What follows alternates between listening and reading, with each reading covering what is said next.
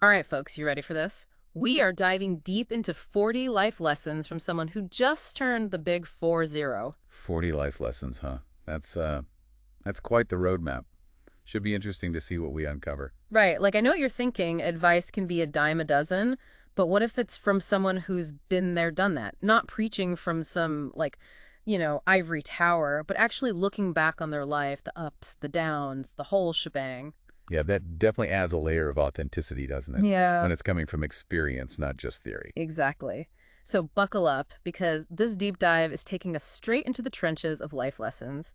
And we're starting with a question. Are you even climbing the right mountain? Ever feel like you're putting in the work, like really hustling, but not getting anywhere? Oh, I've been there. It's like you're going uphill, but the path is leading you to someone else's version of success, not your own. Bingo.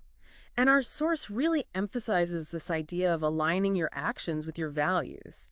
He's all about figuring out what a fulfilling life means to you, not to your parents, your boss, or society in general, but to you. Yeah, that's a great point to start with, because if you're climbing the wrong mountain, no amount of effort is going to get you to the right peak, right? Exactly. But here's where things get interesting.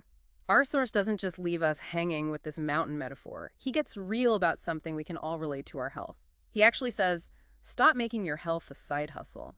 Which I don't know about you, but I felt that. Oh yeah, been there, done that, got the t-shirt.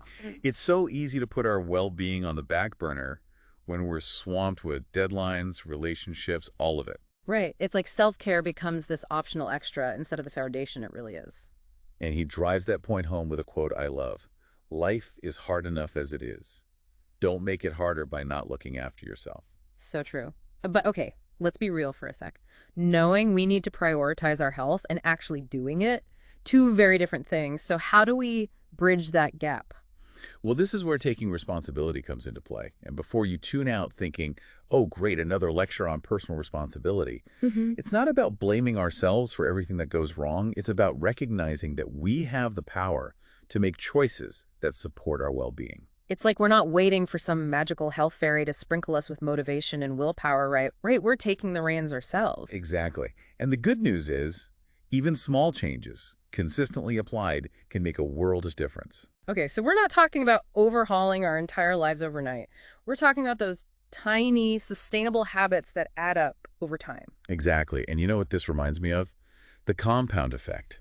Have you read that book by James Clear, Atomic Habits? I haven't read it, but I've heard of it. Yeah, so he talks about how these small changes, repeated consistently, create these remarkable results over time.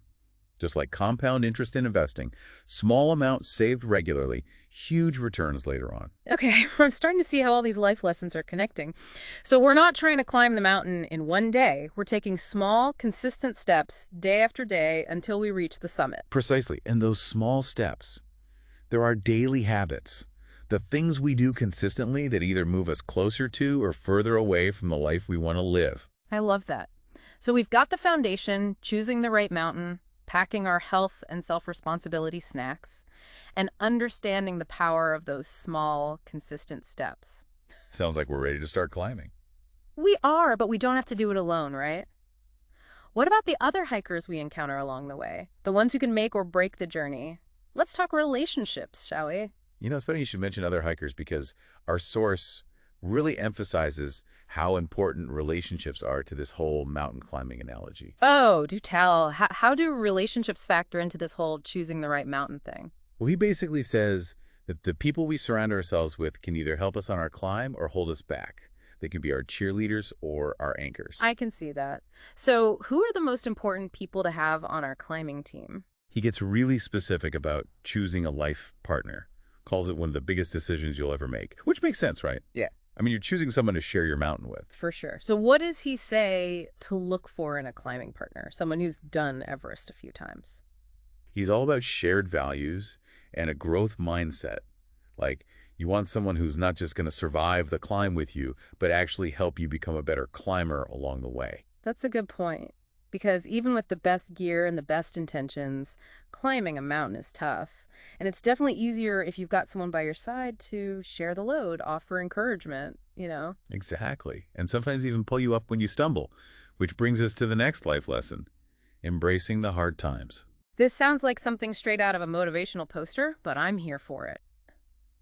So what's the wisdom on dealing with the inevitable storms that roll in when you're climbing a mountain? Or just, living life in general? He actually says that challenges aren't something to be avoided, but opportunities for growth in disguise. So it's not about if we'll face challenges, but when, and more importantly, how we choose to respond to them. Exactly. He's all about reframing our relationship with adversity, developing resilience. It's not about being fearless, but about learning how to bounce back stronger, wiser. Okay, so we're training our inner mountain goat to be sure-footed and adaptable. I like it. But sometimes those stumbles are caused by miscommunication, right? Like one minute you're ripped together, the next minute someone's hanging off a cliff because someone didn't shout rock loud enough. That's a great analogy. And it actually ties in perfectly with the next point he makes about communication. Yeah. He's a huge advocate for developing strong communication skills. Well, yeah, clear communication can be a literal lifesaver when you're navigating treacherous terrain. But it's not just about how we talk to our climbing partners right now. What about that voice inside our own heads? You mean the one that can either talk us off the ledge or give us that extra push to reach the summit? Exactly. He talks about that too. Says the most important conversation we'll ever have is the one we have with ourselves. Which, let's be real, can be a pretty brutal conversation sometimes. It can, but it doesn't have to be. He says it's about cultivating self-compassion, treating ourselves with the same kindness and understanding that we would offer a friend. Oh, I like that. So instead of beating ourselves up when we make a mistake, we can choose to approach it with curiosity. Ask ourselves, okay, what can I learn from this? How can I grow from this experience? Exactly. And that shift, that willingness to learn and grow from our experiences is crucial as we move from simply surviving to really thriving, from just navigating the mountain to actually unlocking our full potential and making a difference in the world. Okay, I am so ready to unlock some potential, but we've covered a lot of ground here. What are some practical strategies our source offers for putting all of this into action? Because it's one thing to talk about it, but how do we actually do it? He gets really tactical in the next section. He dives into specific tools and techniques that anyone can use. All right, let's talk tools. What's in the toolkit for growth and success? Okay, let's crack open this toolkit. What's the first tool we're pulling out? Get ready for this. It's called the 100-hour rule. Sounds intense, right? 100 hours. What do we have to do? Go back to school? Not at all. It's actually pretty simple. It boils down to this. Dedicate just 18 minutes a day to focused learning in your chosen field. Wait, you're saying if I spend 18 minutes a day, like the length of a sitcom episode, learning something new, I can become an expert? That's the idea. It's not about massive time commitments. It's about consistency. Those 18 minutes, they add up, especially when you factor in the magic of compounding. Oh, right. Like those tiny habits we were talking about earlier. Small actions, big results. Okay, I'm sold. What's next? This one's all about your network, the people you surround yourself with. He's a big believer that who you spend time with shapes your thinking, your beliefs even. It's like that saying, you're the average of the 5 people you spend the most time with. So true. Right. So he's all about surrounding yourself with people who inspire you, challenge you, lift you up. Out with the energy vampires, in with the cheerleaders. I like it. What else? Okay. This one might sound a little woo-woo, but stick with me. He calls it acting from your future self. Acting from my future self. Okay, you're going to have to explain this one. Imagine yourself a year from now, living your best life. What steps did you take to get there? What choices did you make? He's basically saying tap into that future version of yourself to guide your actions today. So it's like reverse engineering your dream life. Exactly. You're not just hoping for the best, you're actively creating your future. Wow, we have covered some serious ground today.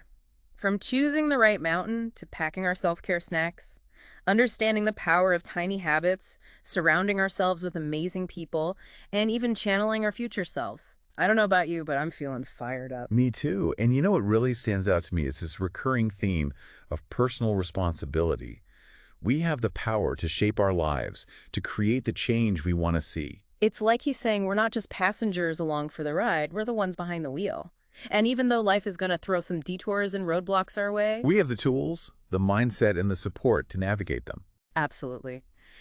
And with that, we're going to wrap up this incredibly insightful deep dive with one final thought from our source. It's never too late to make a change. So if there's a gap between where you are now and where you want to be, what's one small step you can take today to start closing that gap? It's your climb, your journey, your life. What will you choose?